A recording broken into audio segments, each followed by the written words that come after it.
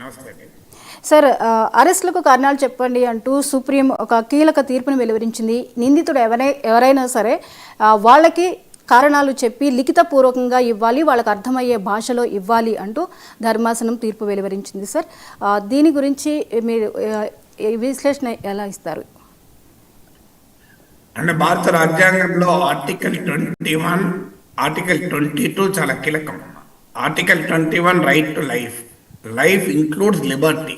అంటే ఒక వ్యక్తిని నిర్బంధించడం అనేది ఆ వ్యక్తికి ఉండేటువంటి స్వేచ్ఛను హరించడం. అంటే స్వేచ్ఛ అనేది fundamental right, right to liberty. Right to లిబర్టీని పార్ట్ ఆఫ్ రైట్ టు లైఫ్లో భాగంగానే భావిస్తారు. ఎందుకంటే మనిషికి స్వేచ్ఛగా జీవించే హక్కు ఉండాలి. అయితే నేరం చేసినప్పుడు అతన్ని అరెస్ట్ చేస్తుంది చట్టం. ఆర్టికల్ 22 ఆఫ్ ద కాన్స్టిట్యూషన్ ఏం చెప్తుందంటే, మీరు ఎవరినైనా అరెస్ట్ చేస్తే కారణాలు స్పష్టంగా చెప్పాలి. సో ఎందుకు అరెస్ట్ చేస్తున్నారో చెప్పాలి. ఎందుకు చెప్పాలి?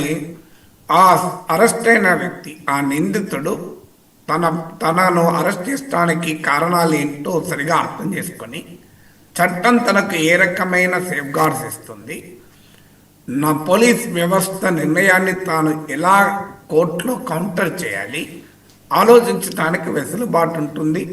అలాగే రిమాండ్ కానీ వ్యతిరేకించడానికి, బెయిల్ కోసం అడగటానికి, లాయర్ను సంప్రదించటానికి వెసులుబాటు ఉంటుంది. అందువల్ల ఆర్టికల్ 22 ప్రతి పౌరునికి ఈ హక్కు కల్పిస్తుంది. లేకపోతే మీరు ఉదాహరణకు ఎందుకు అరెస్ట్ చేశారో తెలియదు, నన్ను అరెస్ట్ చేశారు, ఏ గ్రౌండ్స్ పైన అరెస్ట్ చేశారో నాకు తెలియదు, నేను నా అరెస్ట్ ఇల్లీగల్ అని చెప్పి ఎలా నేను కోర్టులో వాదించగలను? మొదల గ్రౌండ్స్ తెలిస్తే నేను అది ఇల్లీగలా కాదా అనేది నేను వాదించగలను. సో అందువల్ల గ్రౌండ్స్ చెప్పడం అనేది చాలా, అది కాన్స్టిట్యూషనల్ సేఫ్ గార్డ్. అది ఇప్పటిదాకా వచ్చిన చర్చ ఏంటంటే, అది మేయర్ ఫార్మాలిటీయా, అంటే ఒక ప్రొసీజరల్ ఫార్మాలిటీ, అంటే ఒక వ్యక్తిని అరెస్ట్ చేసేటప్పుడు అనుసరించాల్సిన నియమమా, లేక కాన్స్టిట్యూషనల్ సేఫ్ గార్డ్, రాజ్యాంగ రీత్యా ఇచ్చే రక్షణ అనే అంశం ముందుకొచ్చింది. మిహిర్ రాజేష్ షా వర్సెస్ మిహిర్ రాజేష్ షా అనే కేసులో సుప్రీంకోర్టు చాలా కీలకమైన తీర్పు చెప్పింది.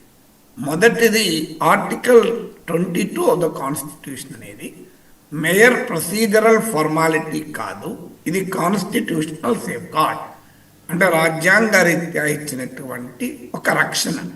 అందువల్ల ప్రతి పౌరుడికి ప్రతి కేసులో, అది స్పెషల్ కేసులో కావచ్చు, ఆర్డినరీ కేసులో కావచ్చు, ఏ కేసులోనైనా అరెస్ట్ చేసినప్పుడు గ్రౌండ్ ఫర్ అరెస్ట్ లిఖితపూర్వకంగా ఇవ్వాలి.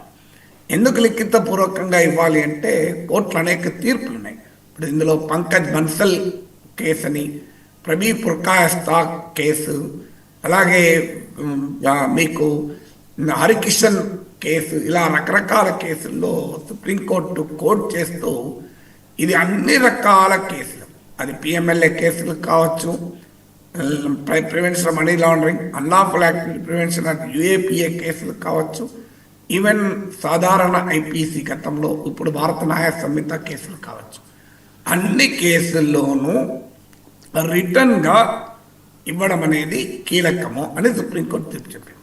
ఎందుకు అంటే, గతంలో ఇచ్చిన తీర్పుల్లో కూడా, ఇప్పుడు హరికిషన్ కేసులో సుప్రీంకోర్టు ఏమన్నది అంటే, మీకు అరెస్ట్ ఎందుకు చేశారో ఆ నిందితునికి అర్థమయ్యే భాషలో, ఇన్ ద లాంగ్వేజ్ అండర్స్టాండ్, ఇవ్వాల్సి ఉంటుందని కూడా చెప్పారు. ఉదాహరణకు నన్ను ఎదురో వేరే మహారాష్ట్ర స్టేట్ వాళ్ళు అరెస్ట్ చేస్తారు, మరాఠీలో నాకు ఇచ్చారనుకోండి రిటర్న్గా, నాకు అది అర్థం కాదు కదా, నాకు అర్థమయ్యే భాషలో ఇవ్వాలి. ఆయన clear communication, meaningful Pankaj Bansal కేసులో సుప్రీంకోర్టు ఏమన్నది, మీనింగ్ఫుల్ కమ్యూనికేషన్ ఇవ్వాలి అని. అంటే అర్థం కాని భాషలో ఇచ్చి నేను తలకాయ పట్టుకుంటుంటే కాదు. ఎందుకంటే ఈ ఆర్టికల్ 22 ఉద్దేశం ఏంటి? ఫెయిర్ ట్రయల్ జరగాలి. అంటే నేరస్తుడు శిక్షకు గురి కావాల్సిందే, కానీ నేరము చేయకుండా ఎవరు కూడా శిక్షకు గురి కాకూడదు. ఇది మన న్యాయ సూత్రాల్లో ప్రాథమికమైంది. Unless proven guilty one is innocent, అంటే నీ నేరం నిరూపించేంత వరకు, నిరూపణ అయ్యేంత వరకు ఒక వ్యక్తి నిజాయితీపరుడుగానే చట్టం చూస్తుంది. అందువల్ల నిందితులుగా ఉన్న దశలో నేరస్తులు కాదు. ఈ స్టిల్ నాట్ ప్రూవెన్ గిల్టీ. అందువల్ల తనకు తాను డిఫెండ్ చేసుకునే అవకాశం ఉంటుంది. రైట్ టు ఫెయిర్ ట్రయల్ అంటారు.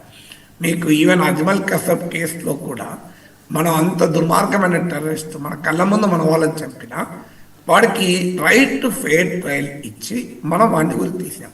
అందువల్ల కాన్స్టిట్యూషనల్ డెమోక్రసీ, రాజ్యాంగబద్ధంగా రూల్ ఆఫ్ లా ప్రకారం నడిచే ప్రజాస్వామిక దేశాలలో ఒక వ్యక్తిని అరెస్ట్ చేసినప్పుడు తప్పనిసరిగా ఆ వ్యక్తికి కూడా రైట్ టు ఫెయిర్ ట్రయల్ ఉంటుంది. రైట్ టు ఫెయిర్ ట్రయల్ అంటే అర్థం ఏంటి?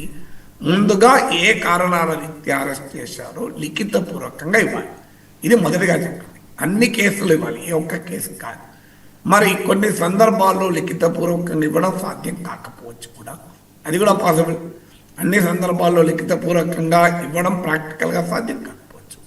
అందుకే సుప్రీంకోర్టు ఏమన్నదంటే, మీరు ముందస్తుగా నోటీస్ ఇచ్చి నిందితుని పిలిపించి విచారణ చేసి అరెస్ట్ చేశారనుకోండి, యు హ్యావ్ ఎనఫ్ టైం, అప్పుడు రిటర్న్గా ఇవ్వాల్సిందే.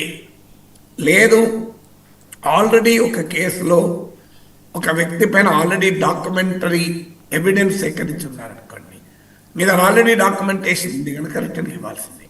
కానీ ఏదైనా కారణం రీత్యా రిటర్న్గా ఇవ్వలేకపోతే ఓరల్గా చెప్పైనా ఆ రిమాండ్కు అంటే మెజిస్ట్రేట్ ముందు ప్రవేశపెట్టడానికి 2 hours ముందైనా ఖచ్చితంగా రిటర్న్గా ఇవ్వాల్సిందే.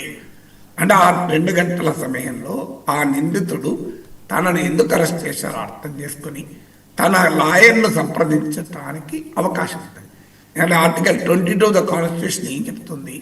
దేశంలో ఎవరిని అరెస్ట్ చేసినా వితిన్ 24 hours 24 గంటల్లో ట్రావెల్ టైం తీసేస్తే ఆ నిందితుడిని సమీప మెజిస్ట్రేట్ ముందు హాజరుపరచాలి. అందుకని మీరు చూడండి, ఎక్కడ అరెస్ట్ చేసినా అక్కడ స్థానికంగా ఉండే మెజిస్ట్రేట్ ముందు హాజరుపరిచి తీసుకొస్తారు. అంటే దానికి ఎందుకు అంటే ఒక వ్యక్తిని రైట్ టు ఫెయిర్ ట్రయల్ ఉండాలి. ఈ క్రిమినల్ అబ్డక్షన్ లాగా ఉండకూడదు. నేను ఏదో కిడ్నాప్ చేసిన నేరస్తుని అన్నట్టు ఉండకూడదు. లేదా కస్టోడియల్ టార్చర్ చేసే అవకాశం ఉంటుంది. 4 రోజులు 5 రోజులు అలాగే ఉంచుకొని అతని చేత లేని నేరాన్ని కూడా ఒప్పించే అవకాశం ఉంటుంది. అందువల్ల ఫెయిర్ ట్రయల్ నడవాలి అంటే ఖచ్చితంగా 24 గంటల లోపల మెజిస్ట్రేట్ ముందు హాజరుపరచాలి. ఆ హాజరుపరచాలి అంటే మనకి హాజరుపరచడానికి 2 గంటల ముందు రిటర్న్గా ఇవ్వాలి. ఫస్ట్ అరెస్ట్ చేసేటప్పుడు ఓరల్గా ఇవ్వాలి. అరెస్ట్ చేసిన తర్వాత మెజిస్ట్రేట్ ముందు ప్రజెంట్ చేసి 2 hours బిఫోర్ రిటర్న్గా ఇవ్వాలి. ఒకవేళ ఈ నిబంధన కనుక ఉల్లంఘిస్తే ఆ అరెస్ట్ ఇల్లీగల్. సో అందువల్ల it's a very big relief for the పౌరులకు.